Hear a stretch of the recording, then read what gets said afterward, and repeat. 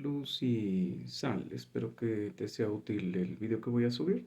Voy a comentar para organización educativa eh, conceptos básicos de la organización, ¿no? O de una organización.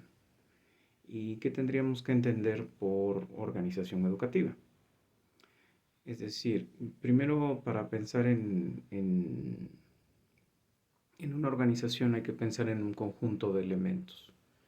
Un conjunto de elementos que son elemento humano y elemento material, lo que llamaríamos infraestructura y estructura. La infraestructura es la materia prima sin transformación, la estructura es todo aquello que ya tiene una forma y un telos predeterminado para ser utilizado. En algunos casos dentro de las organizaciones educativas tenemos infraestructura y en otros casos tenemos estructura, por eso tengo que mencionar las dos. Cuando hablamos de estructura tenemos que hablar de instalaciones, salones, alumbrado, baños y demás. Cuando hablamos de materia prima podemos hablar de papel, podemos hablar de tinta, podemos hablar es decir, de material que todavía no ha sido elaborado para una cierta función, aunque ya tiene previamente una elaboración cuando viene como hoja de papel y no viene como árbol para ser transformado. Eh, en toda organización debe de haber un telos. Creo que eso es importante saberlo porque en teoría de sistemas se menciona. El telos es el fin de principio. ¿Qué significa fin de principio?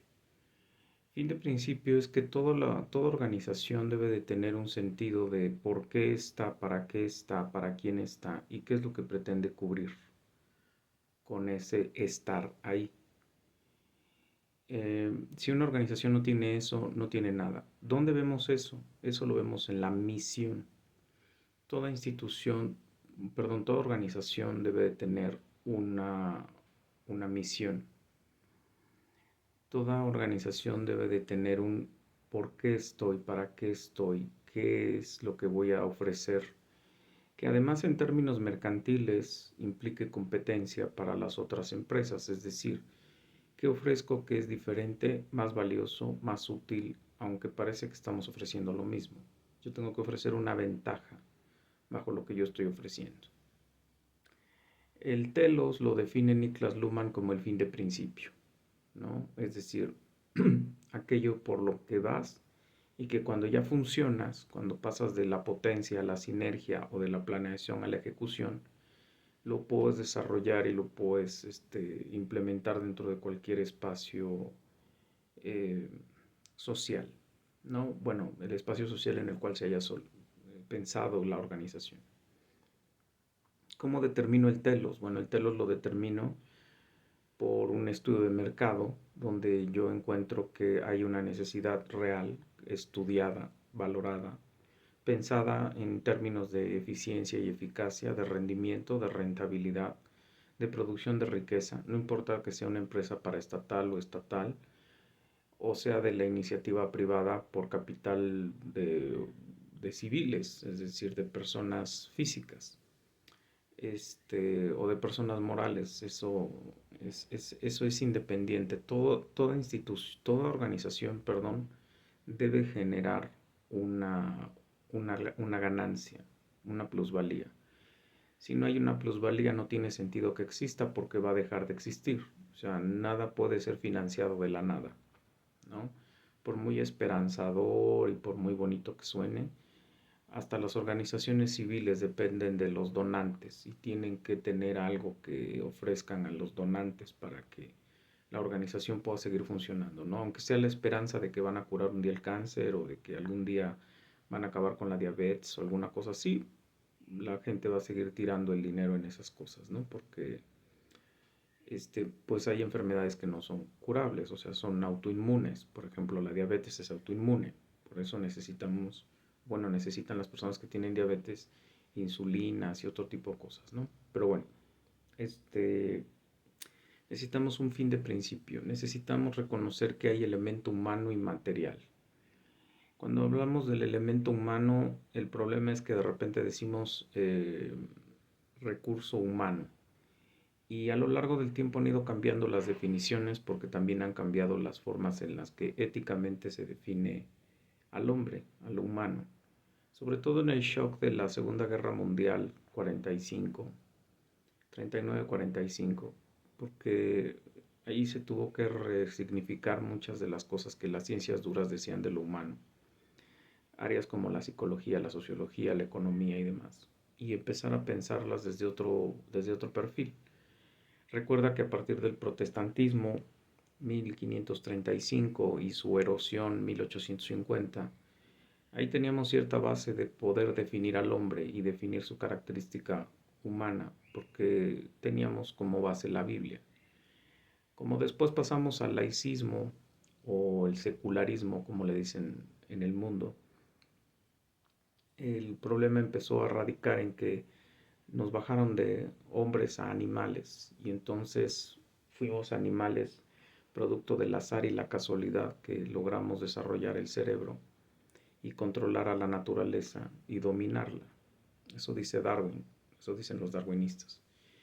Entonces, por eso hemos pasado de ser un recurso humano a un capital humano, porque en la administración clásica, por ejemplo con Taylor, éramos una herramienta más, éramos una tool más, que es lo que sigue definiendo Niklas Luhmann como tool. Tú no eres hombre, tú eres una herramienta. Cuando pierdas funcionalidad vas a perder vigencia y por lo tanto vas a salir del sistema y te vas a volver un bastardo sistémico. Entonces, por eso le tuvieron que cambiar el nombre, sobre todo cuando también entró la psicología humanista, entraron los Carl Rogers, los Jung, estos cuates que eran apólogos de la postura más de vernos como otra vez regresando a lo humano, sin querer decir que nos creó Dios, pero sí regresando a lo humano. Porque hasta el conductismo fue creado para la administración clásica, es decir, el conductismo pensaba al hombre como conducta, como aquello que si se cambiaba lo visible, medible, verificable, cuantificable, observable y comprobable, tenías el cambio necesario para el lema de la sociología positiva, la política positiva, el derecho positivo, que era orden, amor a la cultura, progreso, ¿no? Eso se trajo a México en el Porfiriato. Entonces, capital humano se cambia de recurso humano. Entonces dejas de ser una herramienta, aunque para Luhmann, vuelvo a insistir, el libro que escribe en el 2002, este amigo dice que el hombre sigue siendo una herramienta.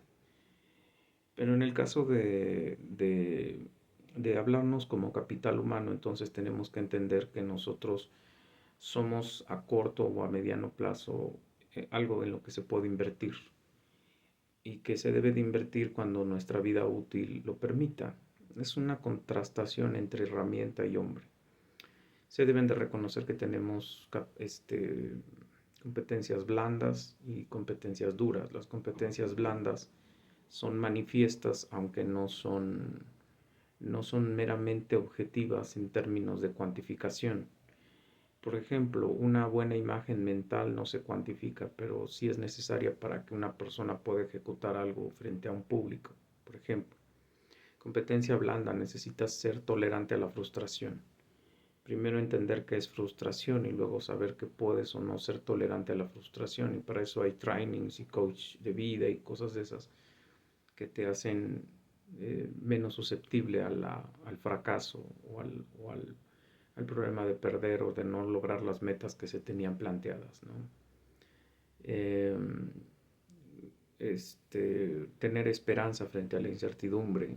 Hoy la posmodernidad trabaja mediante la idea de que el entorno cultural es incierto y por lo tanto lo incierto produce ansiedad, entonces hay que estar preparados para la incertidumbre, por lo tanto eso reducirá nuestros niveles de ansiedad.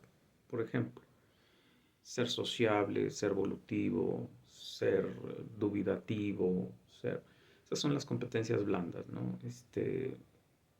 Ser generoso, ser humilde, ser capaz de reconocer al otro, no envidiar, ser competente, no competitivo, etcétera, etcétera, etcétera, ¿no? Cosas que, insisto, cuando rompimos con la relación con Dios, obviamente pues se rompe la relación con el concepto y la idea y las características del ser humano, ¿no? Y por eso las estamos recuperando desde los animales, en el caso del conductismo, del empirismo, del estructuralismo y del funcionalismo psicológicos. Es decir, nos vamos a la etiología para determinar al ser humano, ¿no? Y por eso creamos una carrera que se llama más o menos igual, o una disciplina que se llama más o menos igual, que es la etnología. Nada más que lo que hacemos ahí ya no estudiamos grupos de animales, estudiamos grupos humanos en sus entornos culturales. El, el entender entonces que ese ser humano necesita entonces ser alimentado de esas competencias blandas, necesita reforzarlas, necesita trabajarlas, necesita sentirse parte de una organización como más allá del que va y produce un trabajo y devenga un sueldo por ello. Es por lo que ha llevado a muchas empresas a llamarse familias, a muchas empresas a llamarlos miembros, a muchas empresas a decirles te comprendo, te entiendo, te apapacho, ¿no? Hacer salidas con los trabajadores a reuniones donde sus familias tengan ciertos espacios de convivencia y demás, ¿no? No nada más el que va, devenga un sueldo y se retira. Este, entender que el capital humano, bueno, es efímero en tanto que tenemos vida rentable o vida útil, que según la psicología es 33, 34 años, nuestra edad pico, y nuestro declive empieza a los 45, 46. Eh, pero nuestra máxima es en los 33, entonces tú puedes pensar que una persona entre los 25 y los 45 años de edad está en su etapa óptima, porque además se supone que ya alcanzó una madurez emocional, psicológica, física y económica que no tenía antes, ¿no? Y que se supone que ya alcanzó, ¿no? Que sería motivo de otro video decirte por qué no, pero bueno, este, ese capital humano entonces requiere tiempos de descanso, porque si no tenemos fenómenos como el burnout, que es las personas que fallecen por trabajo. Necesita de espacios gratos de trabajo, que es donde evitamos el mobbing, que es el acoso laboral. Um, Requiere de ambientes agradables, es decir, que en las mismas instalaciones y el mismo ambiente que se dé en el trabajo sean a la vista gratos, no contaminantes, eh, este, libres de estrés, libres de esta idea de que hay que pegarle un grupo a otro equipo a un equipo, de que un departamento trabaja parte de otro equipo, que eso sería el síndrome de la caja de huevo. Eh, Entender que necesitas un departamento de psicología dentro de las empresas, sobre todo en las empresas de alto riesgo, porque hay empresas que trabajan, por ejemplo, 24/7, entonces hay población que entra a trabajar en las noches y se sabe por estadísticas, incluso el caso más sonado es Chernobyl. Se hizo un simulacro de reacción nuclear que al final detonó en el desastre que todos conocen, pero esto ocurrió en la madrugada, con personal que obviamente tenía que estar 12 horas despierto o 6 horas despierto en las madrugadas, hora que el cerebro no está programado para estar despierto. Que se requiere la salud mental, que se requiere la salud física, que se requiere la salud fisiológica, incluso ya hay ejercicios para cuando estás solamente sentado frente a una computadora. Hay ejercicios de estiramiento, ejercicios para que el cuerpo no se nos pierda. Hay incluso en espacios laborales en donde es obligatorio hacer un alto, no nada más para irte a comer y irte a perder el tiempo 2 horas, sino porque hay también espacios donde tienes que ir obligatoriamente a hacer ejercicio, ¿no? Este, Algunas empresas tienen incluso sus check-ins médicos, sus check-ins de sports, de deportes y demás, ¿no? Acá es fundamental el recurso humano, lo que llamamos, perdón, el área de recursos humanos. siguiendo la línea de que estamos hablando del capital humano.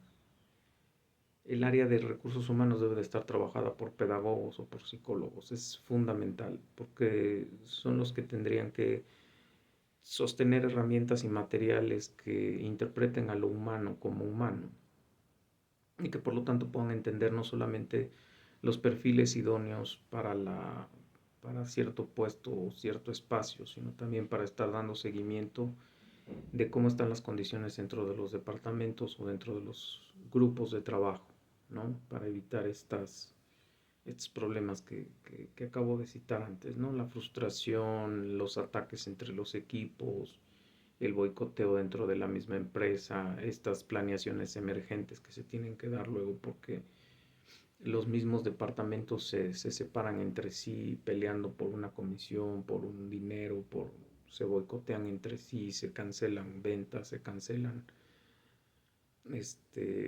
los lazos de comunicación se rompen y demás, ¿no? Toda organización debe tener entonces un capital humano así trabajado, a través de un área de recursos humanos así trabajada.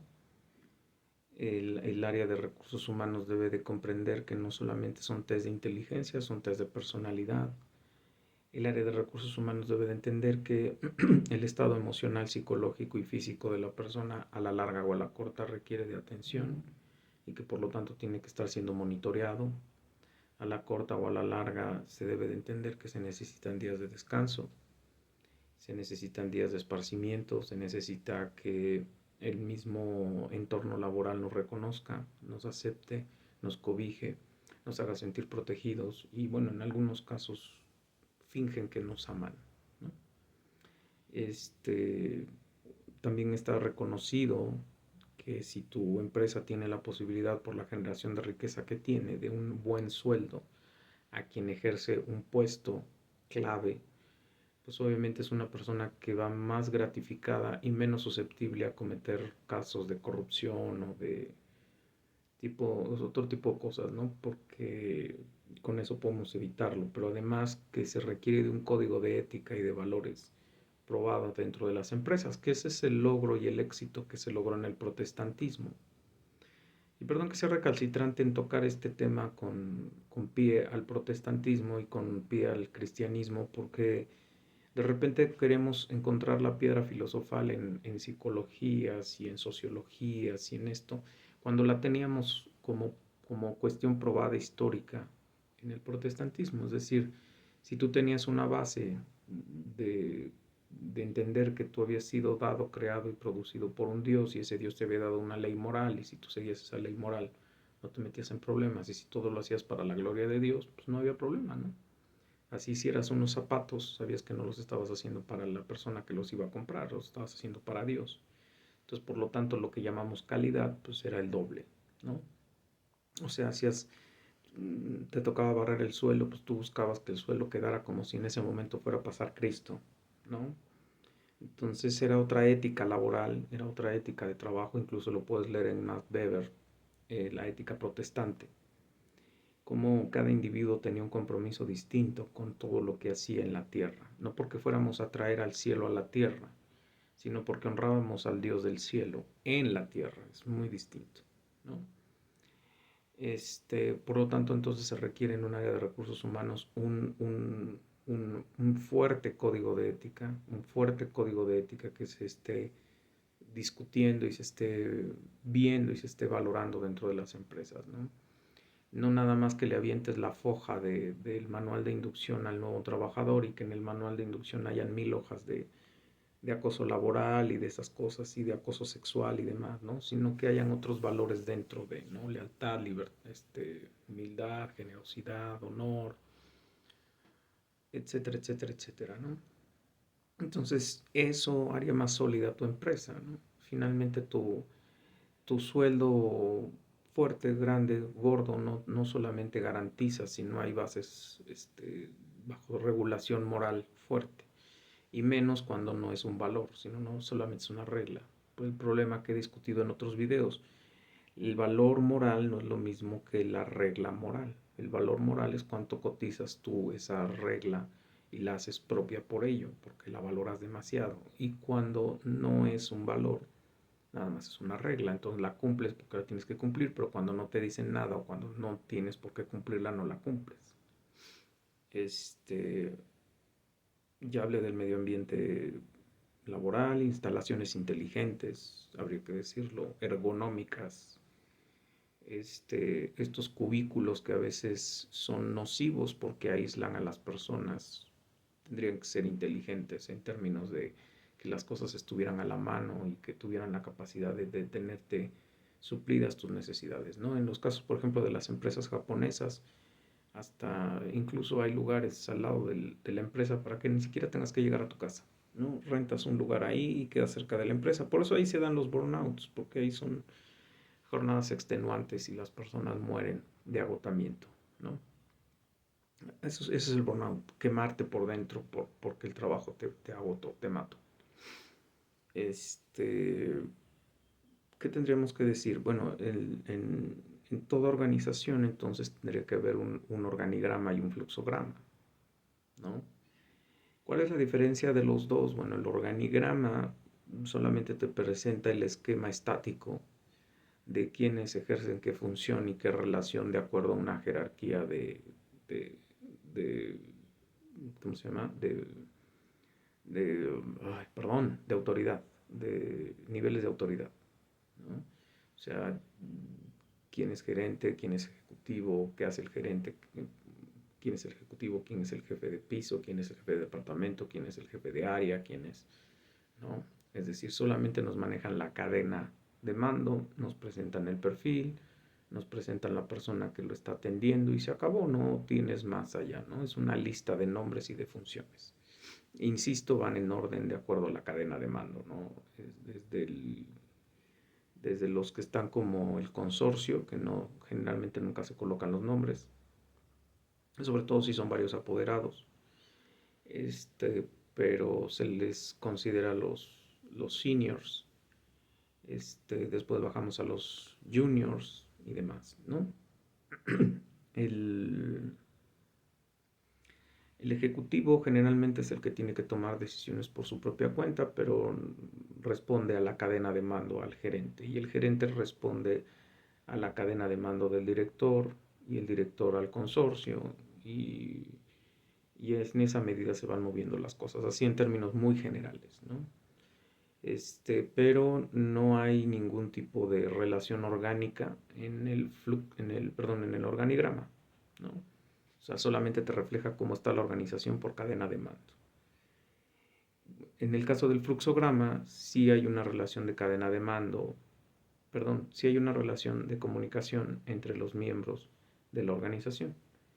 Por lo tanto, ahí vas a encontrar líneas de sucesión, vas a encontrar unos cuadritos, unos rectángulos donde aparece el nombre de la persona y luego vas a ver una línea y luego vas a ver que bajan a dos líneas más y luego vas a ver si en esas dos líneas se presentan en los dos cuadritos dos líneas que se intersectan, quiere decir que hay una relación vertical y una relación horizontal, es decir, los tales departamentos tienen que estar en comunicación.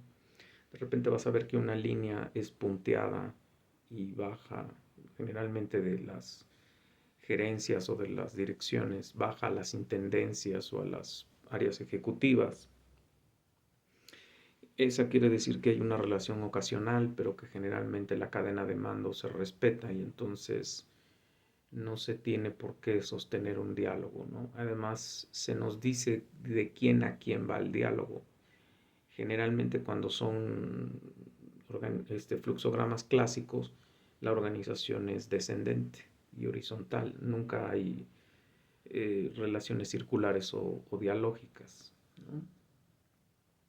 Cuando tenemos organizaciones donde se entiende que las relaciones son importantes de todas las áreas, en todos los mandos, en todo momento, entonces tenemos fluxogramas de pastel, ¿no? El fluxograma de pastel son círculos que además dentro de sí tienen otros círculos y entonces nos están diciendo que todos tienen una interrelación dialógica de dentro hacia afuera, de afuera hacia adentro y de lado a lado.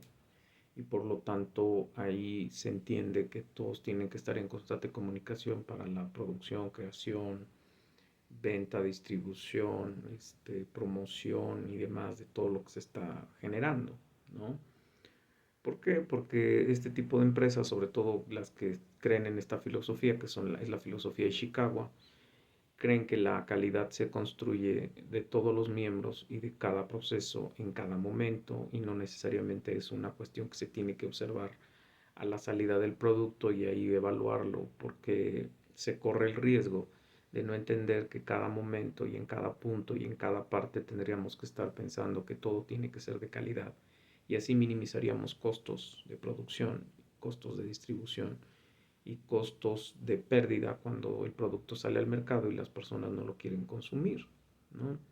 Por eso hay empresas de este calibre que pueden ofrecer incluso garantías de que si algo ocurre con el producto, ellos te van a restituir el producto, ¿no?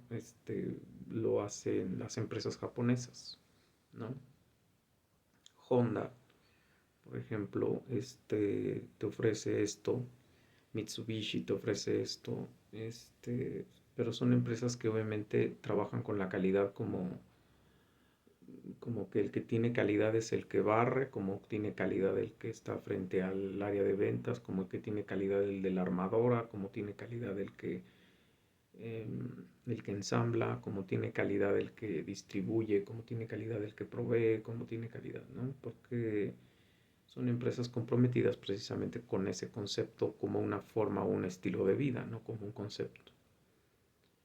Eh, Requieres de conceptos como calidad, eficiencia y eficacia, ¿no? Creo que pilares dentro de una empresa, de una organización.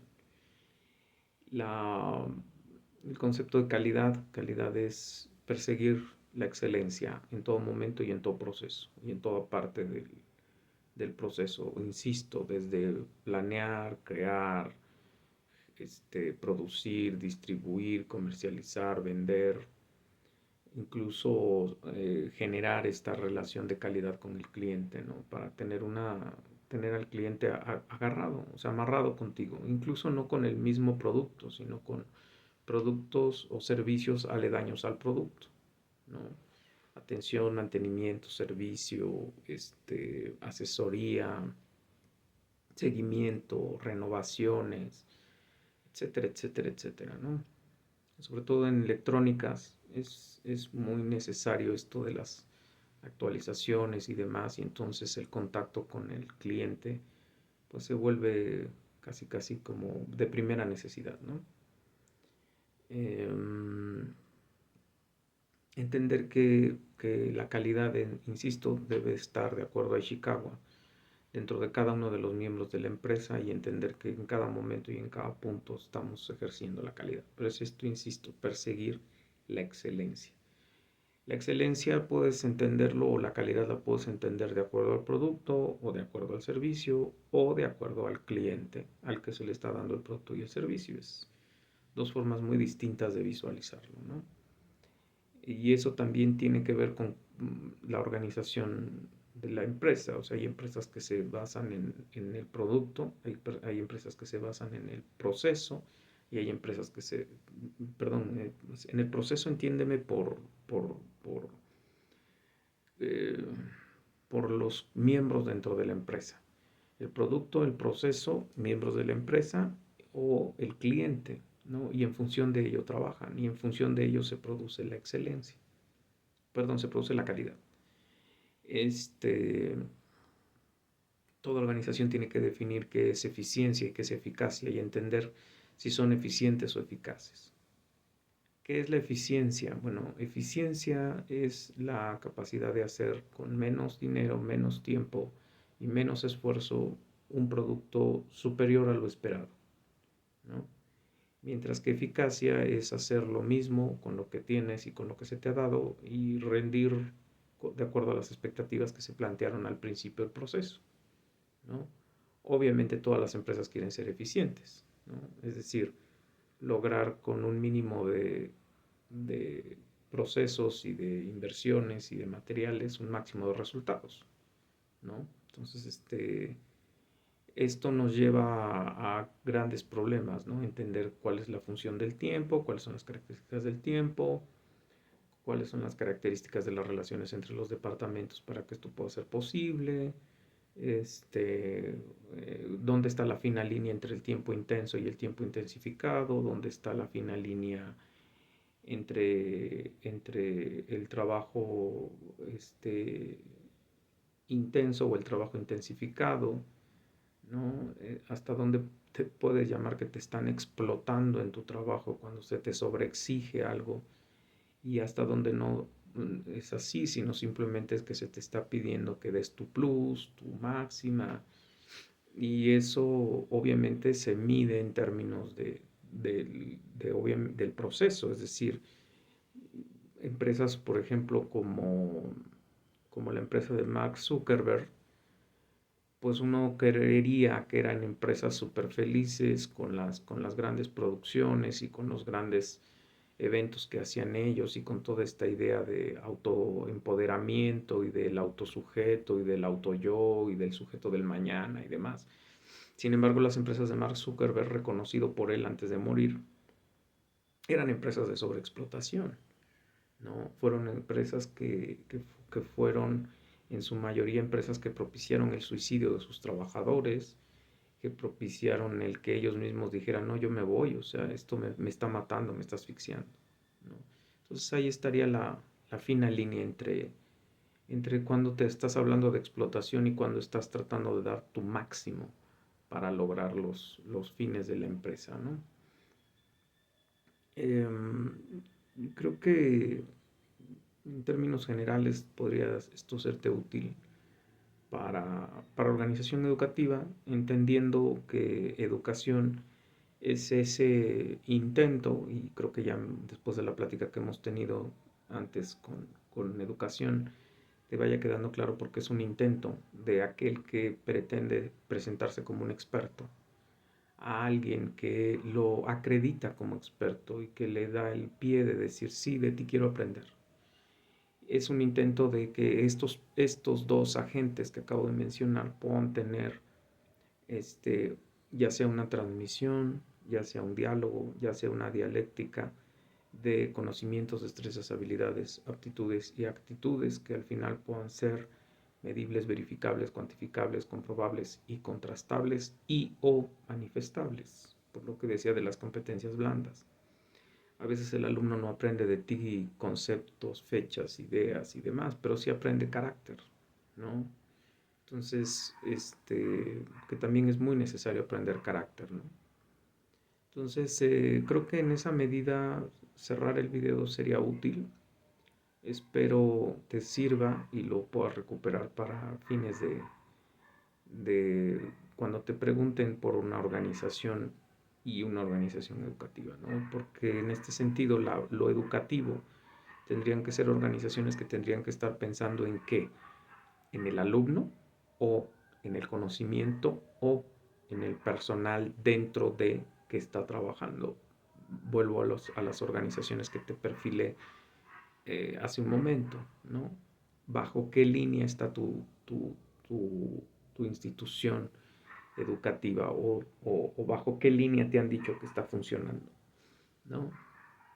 ¿Y eso dónde lo vas a ver? Pues lo vas a ver en la misión, porque ahí la escuela es donde te está priorizando cuál es su importancia, el, el alumno, el conocimiento o el personal. Entonces espero que te sea útil y que te permita avanzar un poquito en tus conocimientos de administración educativa o de organización educativa. Hasta la próxima.